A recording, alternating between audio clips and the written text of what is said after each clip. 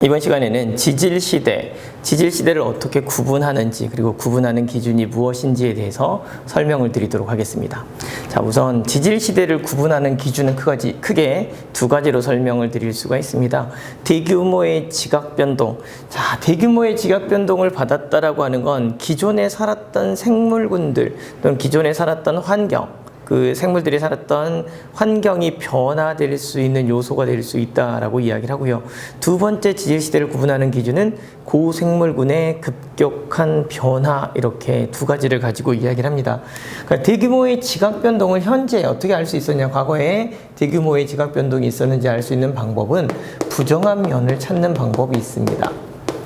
그러니까 부정한 면이라고 하는 것 자체가 융기, 침식, 침강의 과정을 거치는데, 이 융기침식 침강이라고 하는 과정 자체가 짧은 시간 동안 이루어지는 게 아니라 아주 긴 시간 동안 이루어지는 현상이기 때문에 이 융기침식 침강이 있는 동안은 시간이 아주 오래 지났다라는 것을 의미합니다. 따라서 이 부정한 면을 경계로 아랫지층, 부정한 면 아랫지층과 부정한 면 윗지층은 시간적 차이가 아주 길게 난다라고 이야기를 해서 시대를 구분할 수 있다, 이렇게 이야기를 하고요. 두 번째, 고생물군의 급격한 변화라고 이야기를 합니다. 그러니까 기존 지층에서 많이 발견된 생물군들이 최근 지층에서 거의 소멸돼서 사라지지 않았다. 보통 멸종과 생성 등을 이야기할 수 있는데, 이렇게 생물군의 멸종이 나타나는 시대를 기준으로 우리는 지질시대를 구분할 수 있다라고 이야기를 해요. 그래서 지질시대를 구분하는 기준은 두 가지, 대규모의 지각변동, 대규모의 지각변동은 부정한 면을 찾는 것으로 찾아낼 수가 있고요. 두 번째는 고생물군의 급격한 변화, 그래서 이렇게 두 가지를 가지고 지질시대를 구분할 수 있다, 이렇게 설명드릴 수 있습니다. 지질시대를 구분하는 기준으로 대규모의 지각변동은 부정한 면을 통해서 알 수 있다라고 이야기를 했는데, 고생물군의 급격한 변화는 그럼 무엇을 통해서 알 수 있느냐? 바로 화석을 통해서 알 수 있다, 이렇게 설명드릴 수 있습니다. 자, 화석이라고 하는 건 과거에 살았던 생물들이 돌이 된 것, 딱딱한 돌이 돼서 현재에 발견되는 것들을 보통 화석이라고 이야기를 합니다. 크게 화석은 생물화석, 보통 이 생물화석을 뼈화석 이렇게 불러요.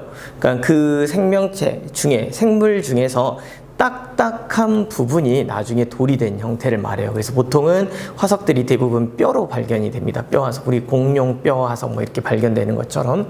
그래서 단단한 부분이 있는 생명체들, 생물체들은 화석으로 발견되기도 합니다.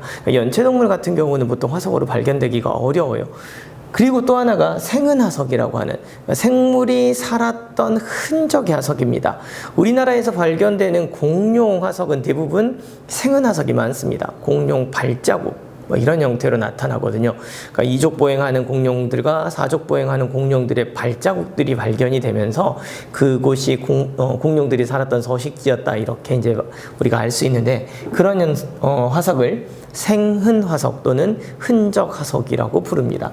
자, 이런 생흔화석이나 흔적화석들은 어떤 생물이 살았는가, 그리고 이 생물들이 어느 곳에 존재하는가, 뭐 이런 것들을 알 수 있는 거라면, 우리가 시대를 구분하기 위해서 알아야 되는 화석은 두 가지, 표준화석과 시상화석, 이렇게 두 가지로 구분을 합니다. 표준화석이라고 하는 것은 시대를 대표하는 대표성을 띈다라고 이야기를 하고요. 시상화석이라고 하는 건 그 시대의 상황 또는 그 시대의 상태를 알려준대요. 이 상태라고 하는 게 뭐냐면 환경이란 기후 또는 식생, 예를 들면 육지인지 바다인지 뭐 이런 형태 등등등, 그런 환경을 알려주는 화석을 시상화석이라고 이야기를 합니다. 그래서 표준화석과 시상화석을 통해서 우리는 시대를 구분할 수 있는데, 시대를 구분하는 건 표준화석을 가지고 하겠죠. 대표성을 띠기 때문에. 그래서 보통 이런 표준화석은 생존기간이 아주 짧습니다. 생존기간이 짧고, 반면에 분포 지역은 아주 넓다. 그래서 대표성을 띠기 때문에 생존기간이 짧아서 그 시기를 대표합니다. 그래서 그 시기에 대표하는 화석, 그리고 모든 분포 지역, 그러니까 전 지구에 거의 다 분포했다고 보시면 돼요. 그래서 그 시기, 그 짧았던 시기에 전 지역에서 나타나기 때문에 대표성을 띈다라고 이야기를 하는 거예요. 그래서 표준화석 보통 생존 기간이 짧고 분포 지역이 넓다라고 이야기를 하고요. 시상화석 같은 경우는 반대가 되겠죠. 생존 기간은 아주 길어요. 반면에 분포 지역이 아주 좁습니다. 그 지역, 특정한 지역에만 이렇게 기생하는, 그러니까 환경이 맞으면 살아남을 수 있다라고 이야기를 해요. 그래서 보통 선생님이 표준화석과 시상화석을 구분할 때 대표성을 띈다라고 이야기를 했죠. 그래서 예를 드는 게 보통 우리의 어떤 조선시대 왕들은 표준화석이에요. 근데 조선시대 때 왕을 섬겼던 재상들은 시상화석이에요. 그러니까 보통 왕은 바뀌어도 재상은 계속 하는 경우 있어요. 뭐 영의정이었다, 우의정이었다, 자의정이었다, 판서였다. 그러니까 계속 살아남는 거죠. 근데 왕은 죽으면 그냥 왕권 넘어갑니다. 다음 왕으로. 그러면서 왕과 관련된 직계는 거의 다 죽죠. 그게 대표성을 띠는 거예요. 생존 기간이 아주 짧아요. 그죠? 반면에 환경만 맞으면, 그러니까 그 왕의 비위에만 잘 맞추면 재상들이 살아남는 것처럼 그 환경만 만든다 그러면 시대를 막론하고 계속적으로 살아남을 수 있는 게 시상화석이다. 이렇게 이야기를 합니다. 그래서 이 표준화석, 시상화석으로 이제 구별을 하는데, 우리가 이제 지질시대를 공부를 하는 거잖아요. 지질시대라고 하는 건, 땅, 지질이 형성돼.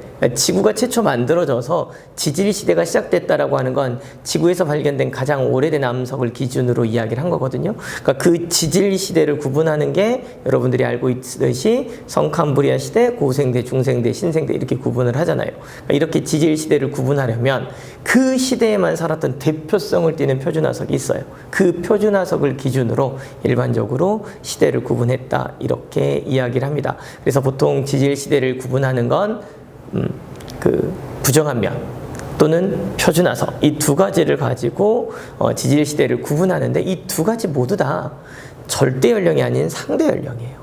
아, 오래됐구나, 나중이구나, 이런 것들을 구분하는 어떤 기준이 되는 거고, 그렇게 기준이 되어지고 나면 우리가 절대 연령을 측정을 해서 이 시기가 어느 시점, 지금으로부터 어느 시점인지를 정확하게 판단을 해서 지금 현재의 지질 시대를 구분했다, 이렇게 말씀드릴 수 있겠습니다.